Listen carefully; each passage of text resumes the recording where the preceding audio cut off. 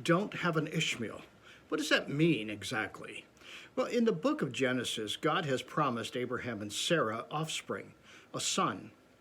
They waited and they waited and they still didn't have a son, and they decided to go about it in their way. Rather than wait for the promise of God, Sarah said to Abraham, "Take my servant Hagar and sleep with her." And he did. Hagar got pregnant and they had a son. His name was Ishmael. Now the problem is that it wasn't the son of the promise. It wasn't what God had planned, it was what man had planned. The consequence of that decision cost Abraham and Sarah heartache. And the reality is that Ishmael became a thorn in the flesh of Abraham and Sarah and all of his descendants. The life today, the Israelites are still dealing with the descendants of Ishmael. You see, that's the problem. When we try to solve things in man's way, we create what I call an Ishmael.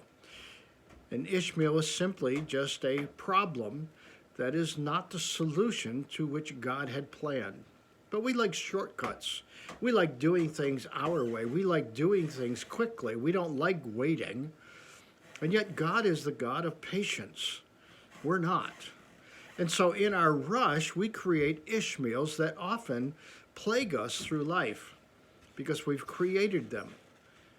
They may not be physical in the sense of a life, but they are things that we have put into our lives that hold us down and bog us down. My encouragement to all of us is to think through things. If God's promised something, either through his word or however he's done that, wait upon his promise. If you go out and try to fix it yourself, you will create an Ishmael, and that Ishmael will follow you throughout your life and throughout your days. And it's not something that God had planned for you, but we've brought it on ourselves. Well, think about that today. Is there something going on in your life that, well, you've been waiting on an answer for, and you've thought about creating something, an Ishmael, to fix it? Well, it's not going to fix it. Think about that today, would you? Hey, until next time, God bless.